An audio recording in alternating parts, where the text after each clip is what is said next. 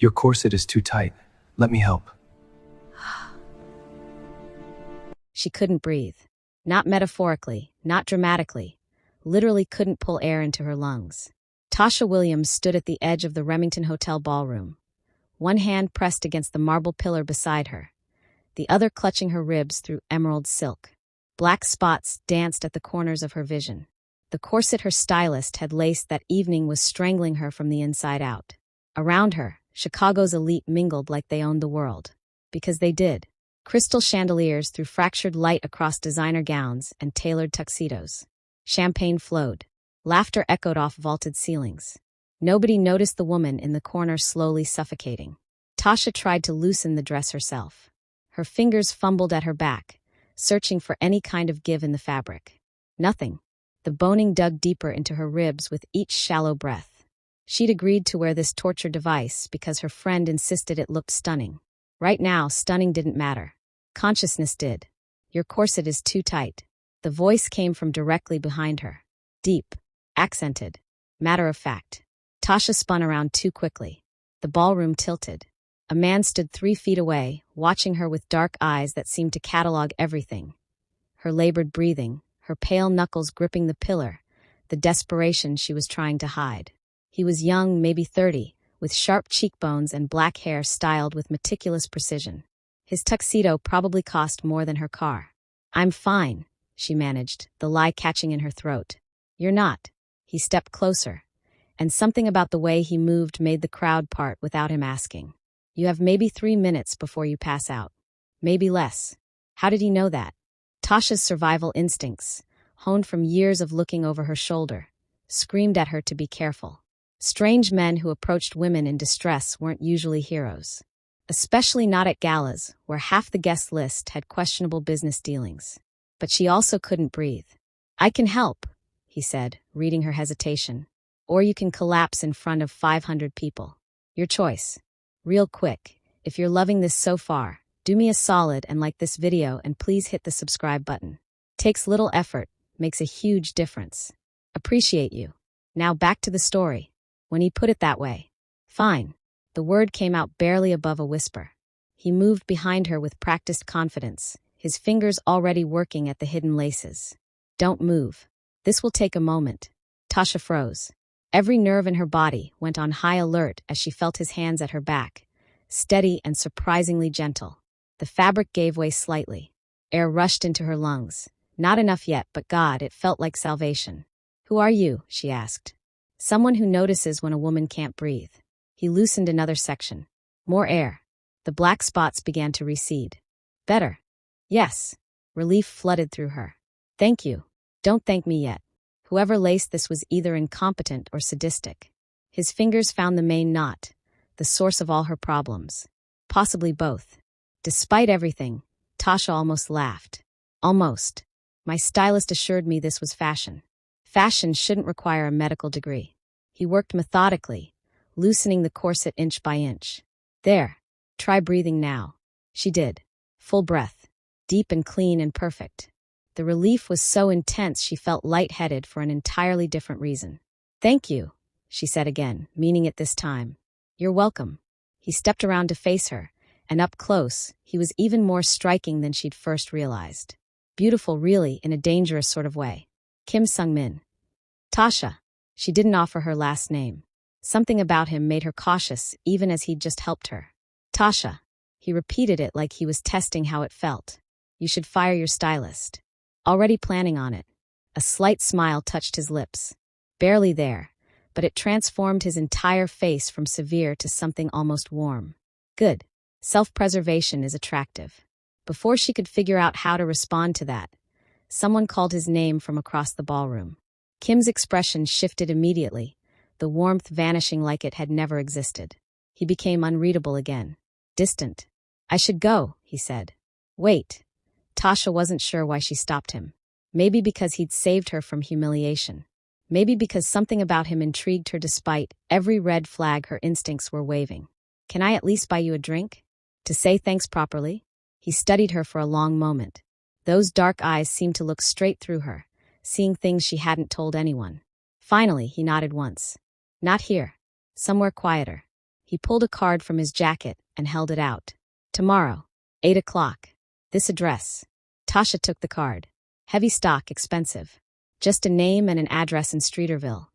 No business, no title. Nothing to indicate who Kim Sung-min actually was. What is this place? She asked. Somewhere we can talk without being interrupted. Another voice called for him, more insistent this time. He stepped back. Tomorrow, Tasha. If you're curious. Then he was gone, moving through the crowd with that same effortless authority, people unconsciously making space for him.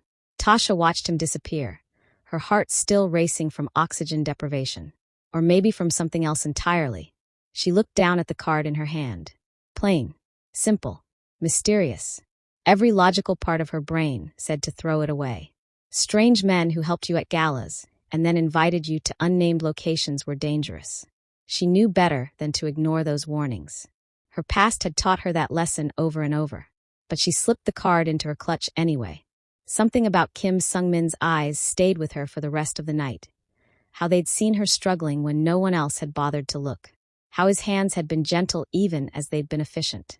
How he'd helped without asking for anything in return. Well, almost anything. Tasha touched her ribs, now free from the corset's death grip.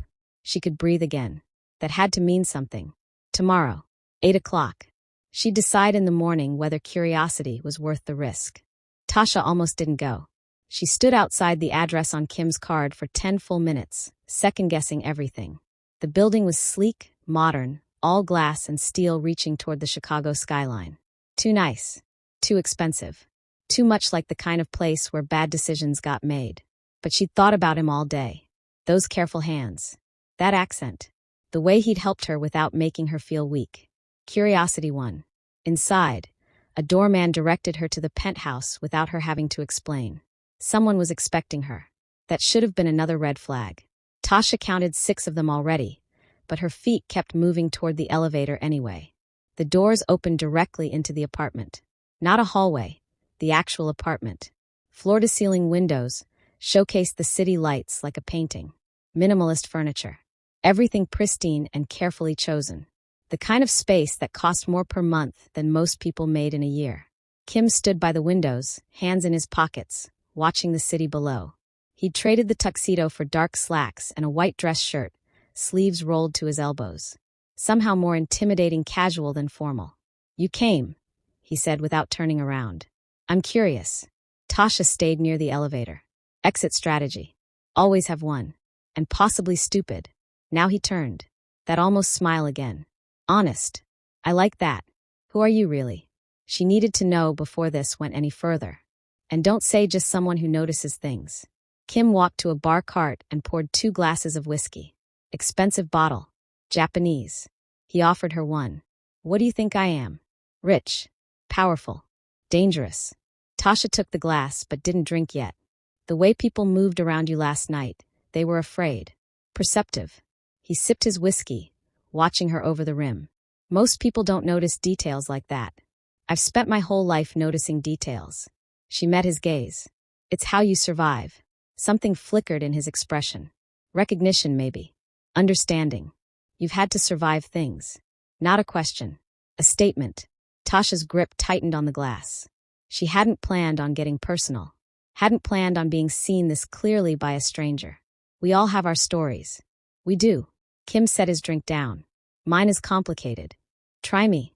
He studied her for a long moment, like he was deciding something important. Then he spoke, his voice careful and deliberate. My family runs an organization. Import-export business, officially. In reality, we control most of the Korean networks in Chicago. Money laundering, protection, some smuggling. Nothing that harms civilians. We have rules. There it was. The truth she'd suspected, but hadn't wanted to confirm. Mafia. Tasha should have left right then. Should have set down the whiskey, walked back to that elevator, and never looked back. She'd spent years trying to escape violence and chaos. Getting involved with a crime boss, even a young, handsome one who'd helped her breathe, was monumentally stupid. Why are you telling me this? She asked instead. Because you asked. Kim moved closer, not threatening, just present. Because you deserve honesty. And because if we're going to see each other again, you need to know what you're getting into. Pretty presumptuous, assuming I want to see you again. You're still here. Fair point. Tasha finally took a sip of the whiskey. It burned perfectly. What makes you think I'm not running straight to the police? Several things. He counted on his fingers. 1, you haven't asked for evidence, which means you believe me without needing proof. 2, you're still here, which means you're not shocked enough to flee. 3, the way you carry yourself. You've been around danger before. This isn't new to you. He was right about all of it. Damn him. My ex was a dealer, Tasha heard herself say. The words came out before she could stop them. Small time but violent. Paranoid. I spent 3 years walking on eggshells, never knowing if he'd snap. Finally got out 2 years ago. Changed my name. Started over. Kim's expression darkened. Did he hurt you? Not physically. Emotionally, psychologically, that's different. She finished the whiskey in one swallow. So yeah, I know danger. I know what it looks like. And I should know better than to be here. But you are here. I am. Tasha set the empty glass down. Because last night, in a room full of people, you were the only one who saw me struggling. You helped without asking for anything. You were gentle when you didn't have to be. And that's been stuck in my head ever since. Kim stepped closer. Close enough that she could smell his cologne, something subtle and expensive. I saw you because you're impossible not to see. You stood there in that dress, trying so hard to look fine when you were dying inside. Proud even when you were suffering. That kind of strength is rare. Her breath caught. Not from a corset this time. This is crazy, she whispered. Probably. He didn't move away. I run a criminal organization. You're trying to start fresh. We come from different worlds. There are 1,000 reasons this is a bad idea. But I haven't been able to stop thinking about you either. His hand rose slowly, giving her time to pull away. When she didn't, his fingers brushed her cheek. So maybe we're both a little crazy. Tasha's heart hammered against her ribs. Every survival instinct she'd honed over the years screamed warnings. This man was dangerous. His world was darkness. Getting close to him would only bring pain. But his touch was so gentle. His eyes held understanding she hadn't found anywhere else. And God help her, she was tired of always playing it safe. One dinner, she said. That's all. Just to see. Kim smiled. A real smile this time, not the careful half version. One dinner. They both knew it was already more than that. One dinner became 3. 3 became weekly meetings. Weekly meetings became daily phone calls that stretched past midnight. Tasha didn't know how it happened so fast. One moment she was being careful, keeping walls up, protecting herself. The next, she was laughing at Kim's dry observations about city politics while he cooked her Korean food in his pristine kitchen. He cooked. A Mafia boss who could perfectly sear beef and balance flavors like he'd trained in restaurants. It shouldn't have been attractive. It absolutely was. My mother insisted, he explained one evening, plating bulgogi with practiced precision. Said any man who couldn't feed himself was useless. She taught all her sons. How many brothers do you have? Tasha asked from her perch on the counter, wine glass in hand. 2. Both older. Both married with families. Kim handed her a plate. I'm the youngest. The one who got stuck running things. There was something in his tone. Bitterness, maybe. Or resignation. You didn't want this life, Tasha said quietly. He paused, chopsticks halfway to his mouth. No. I wanted to be an architect. Design buildings, create something beautiful and permanent. A hollow laugh. Instead, I inherited an empire built on things that exist in shadows. Tasha set down her wine. She'd learned things about Kim over the past month. How he read philosophy books in Korean. How he hated violence even though his position sometimes demanded it. How he ran his organization with strict rules. No drugs, no human trafficking, no civilian casualties. As if having ethics made the crimes somehow better. It didn't, but it made him complicated. Human. Why didn't you say no? She asked. Family obligation. Duty. The weight of tradition. Kim's jaw tightened. My father died suddenly. Someone had to step up. My brothers were already established in their roles. I was 25 and in graduate school. Everything changed overnight. That's not fair. Fairness is a luxury. He met her eyes. You understand that better than most. She did. Life hadn't been fair when her ex had isolated her from friends, controlled every aspect of her existence, made her feel like she was losing her mind. Life hadn't been fair when she'd had to flee with nothing, rebuild from scratch, look over her shoulder constantly. We're quite a pair, Tasha said. The reluctant gangster and the woman running from her past. Maybe that's why this works. Kim moved closer, standing between her knees. We both know what it's like to be trapped, to want something different. His hand found hers. Tasha laced their fingers together, marveling at how natural it felt. A month ago, she didn't know this man existed. Now she couldn't imagine her days without his calls, his presence, his quiet understanding. I'm falling for you, she admitted. The words came out soft, almost scared. And I don't know if that's smart. It's not smart. Kim's other hand cupped her face. But I'm falling too. Have been since I saw you at that gala, trying so hard to be strong. When he kissed her, Tasha felt something inside her chest crack open. Not break, bloom. Like something dormant finally getting sunlight. She wrapped her arms around his neck, pulling him closer, and for the first time in years, she felt safe. Actually safe. Not just surviving, but alive. They spent nights talking until dawn. Kim told her about growing up between two cultures, never quite fitting in either. About the pressure of maintaining his father's legacy while hating what it represented. About the loneliness of his position, surrounded by people but truly known by none. Tasha shared her own stories. The childhood in Detroit with a single mother who worked 3 jobs. The scholarship to college where she'd felt out of place among wealthy classmates. Meeting Marcus, who'd seemed charming until he wasn't. The gradual erosion of her identity until she barely recognized herself. He made me feel crazy, she said one night, lying in Kim's arms. Like I was overreacting to everything. But I wasn't. Gaslighting. Kim's arms tightened around her. Psychological abuse is still abuse. I know that now. Took therapy and distance to see it clearly. She traced patterns on his chest. That's why I changed my name. Tasha Williams isn't who I was born as. She's who I chose to become. Kim was quiet for a moment.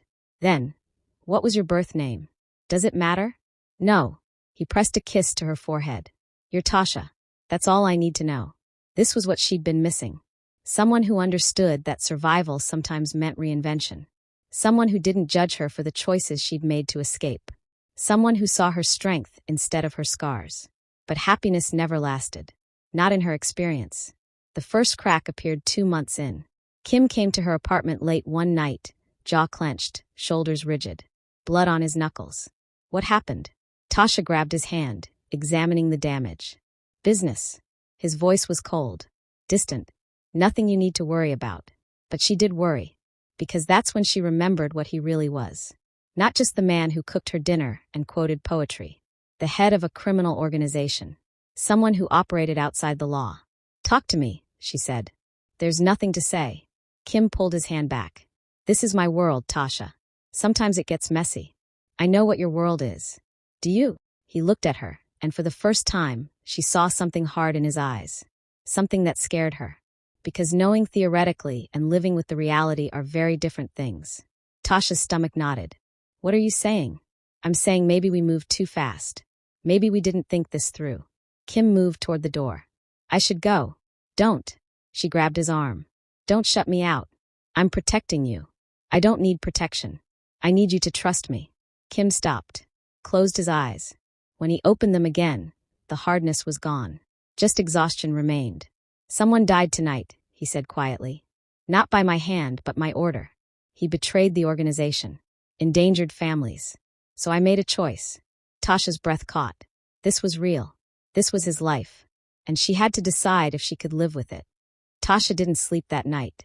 Kim left after his confession, giving her space to process. She sat on her couch until sunrise, replaying his words. Someone died. By my order. The man she was falling in love with had ordered someone's death. But he'd also said the person betrayed the organization. Endangered families. Did context matter? Could violence ever be justified? She didn't have answers. Just a knot in her stomach that wouldn't untangle. Her phone buzzed at 7 a.m. Kim's name on the screen. I understand if you don't want to see me again, he said without preamble. No greeting, no softness. Just acceptance of consequences. I need time, Tasha replied honestly. Take all you need. A pause. For what it's worth, I wish I could be different for you. The line went dead. Tasha threw herself into work. Her job at the nonprofit kept her busy during the day. Evenings, she avoided her phone. Avoided thinking about dark eyes and gentle hands, and the weight of impossible choices. 3 days passed. Then 5. A week. Her best friend Maya cornered her at lunch. "You've been weird. What's going on?" "Met someone. It got complicated." "Complicated how?" Maya stabbed her salad. "Is he married?" "Worse." Tasha pushed food around her plate. "He's involved in organized crime." Maya's fork clattered down. "I'm sorry, what?" So Tasha told her everything. The gala, the corset, Kim's confession about his organization, the connection they'd shared, the blood on his knuckles. "Girl." Maya leaned back, eyes wide. "You need to run. Fast." "I know. But you're not going to, are you?" Tasha met her friend's gaze. "I don't know. Is that insane?" "Completely." Maya sighed. "But I've never seen you like this. Even with Marcus, you were never this conflicted. You just left. Because Marcus was simple. He hurt me. Clear villain, clear choice." Tasha's chest tightened. Kim is different. He's trapped in a life he didn't choose. He's trying to do better within impossible circumstances. And when I'm with him, I feel understood in ways I never have before. That doesn't excuse murder. I know that too. Maya reached across the table, squeezing her hand. "Just be careful. Love makes us stupid sometimes." Love. Was that what this was? Tasha's phone rang that night. Unknown number. She almost didn't answer. "Ms. Williams." A woman's voice, professional and cold. "This is Dr. Chun from Northwestern Memorial. Kim Sung-min has been admitted. You're listed as his emergency contact." Everything inside Tasha went ice cold. "What happened?" "He was shot. He's stable now, but he's been asking for you." She was in her car before the call ended. The hospital smelled like antiseptic and fear. A man in a dark suit waited outside Kim's room. One of his people, obviously. He nodded at Tasha, stepping aside without question. Kim lay in the bed, pale against white sheets. Bandages wrapped his shoulder. Monitors beeped steadily. His eyes were closed. "Kim."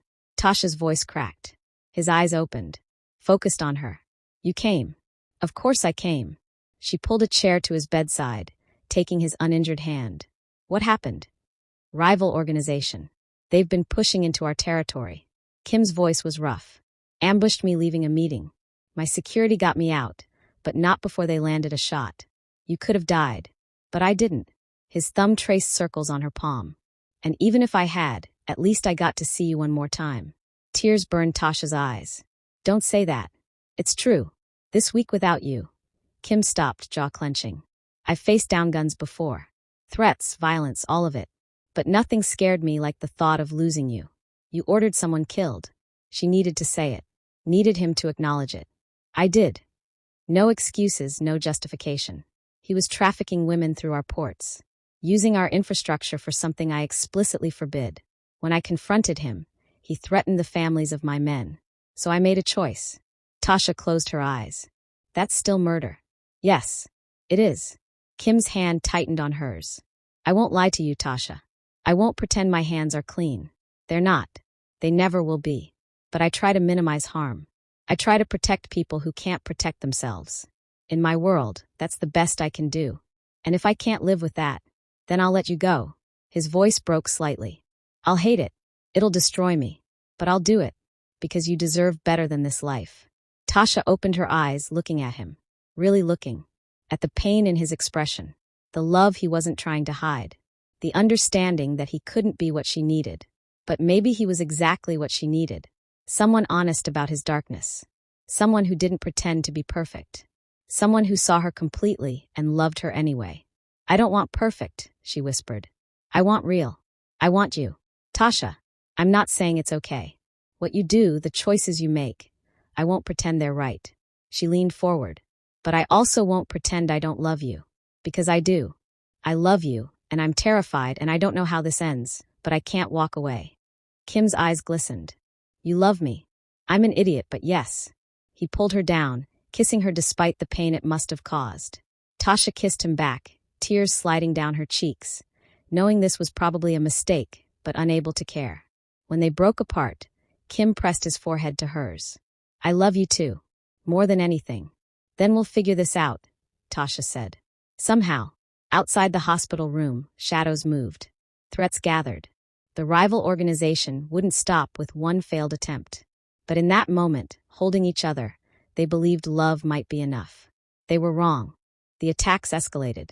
2 weeks after the hospital, someone torched one of Kim's warehouses. A week later, 3 of his men were ambushed. The rival organization, the Chong faction, wanted war, and they'd use anyone close to Kim as leverage, including Tasha.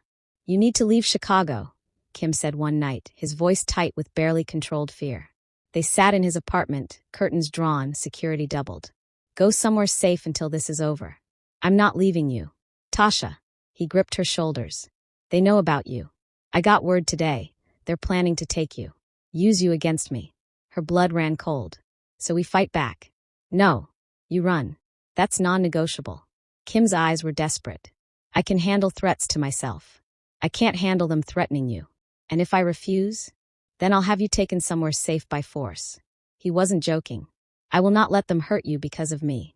The argument lasted hours. Tasha fought hard, insisted she wasn't some helpless victim who needed protecting. But Kim was immovable. His fear for her safety overrode everything else. "Please," he finally said, the word barely audible. "Please, Tasha. If something happened to you because of my world, I couldn't survive it. You are the only good thing in my life. Let me protect you." She left the next morning. Private car to a private airfield to a cabin in Montana that belonged to Kim's family. Middle of nowhere. No neighbors. Security detail that kept their distance but stayed alert. Prison disguised as safety. Tasha lasted 3 weeks before she felt like she was losing her mind. No Kim. No contact beyond brief, monitored phone calls.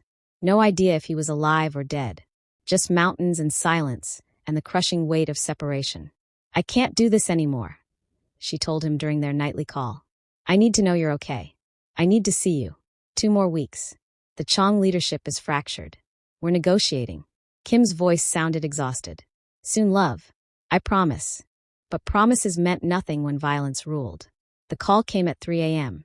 Not Kim. One of his men. "There's been an incident. Mr. Kim is in surgery. You should come." Tasha was on a plane within an hour, security detail be damned. The flight back to Chicago felt endless. Her mind conjured horrible scenarios. Kim bleeding out. Kim dying alone. Kim gone before she could tell him one more time that she loved him. She burst into the hospital to find Kim's entire organization in the waiting room. Hard men with harder faces, all looking lost. His oldest brother, Min-jae, stood when he saw her. "He's alive," Min-jae said immediately. Critical but stable. Relief nearly buckled her knees. "What happened?" He walked into a meeting with the Chong faction alone. Unarmed. Offered them a truce, territory concessions, reparations, anything to end the war. Min-jae's jaw clenched. "They shot him instead. But our men were positioned outside. We took out their leadership. It's over." He went alone. Rage and terror warred in Tasha's chest. He could have died. He was willing to. "For you." Min-jae's expression softened. "My brother has never cared about anything the way he cares about you. He wanted you safe more than he wanted his own life." Tasha sank into a chair, head in her hands. This stupid, brave, impossible man. Risking everything to end a war so she could come home. Hours passed. Finally, a doctor emerged. "He's awake. Asking for someone named Tasha." She ran. Kim looked terrible, pale, weak, covered in tubes and bandages. But his eyes lit up when he saw her. "You're supposed to be in Montana. You're supposed to not get shot." Tasha pulled a chair close, taking his hand. "Alone and unarmed? Are you insane?" "Probably." A weak smile. "But it worked. The war is over. The Chong faction leadership is gone. The survivors surrendered. You could have died. But you're safe now. That's all that matters." Kim's thumb brushed her knuckles. "I told you once I'd let you go if you couldn't live with my world. I meant it. But I wasn't going to let my world destroy you." Tears spilled down Tasha's cheeks. "You infuriating man. I love you. I love you too. More than anything." He pulled her closer despite the obvious pain. "Marry me." Tasha's breath caught. "What?" "Marry me. I know it's insane. I know I'm a criminal with a dangerous life. I know you deserve better." Kim's voice was fierce despite his weakness. "But I also know I'll spend every day trying to be worthy of you. I'll find a way out of this life eventually. I'll build you the future you deserve. Just say yes." She should say no. Should be smart, careful, protect herself. She'd built a whole new life on caution and survival instincts. But love wasn't cautious. Love was terrifying and illogical and worth every risk. Yes, Tasha whispered. Yes, I'll marry you. Kim kissed her, and it tasted like blood and antiseptic and promise, like a future they'd fight for together. 6 months later, they stood in a small ceremony surrounded by family and friends who'd become family. Kim wore a suit. Tasha wore a dress with no corset, breathing freely. When they exchanged vows, she thought about that night at the gala. Two strangers from different worlds, finding each other in a moment of crisis. I can breathe with you, she told him. You're my oxygen, he replied.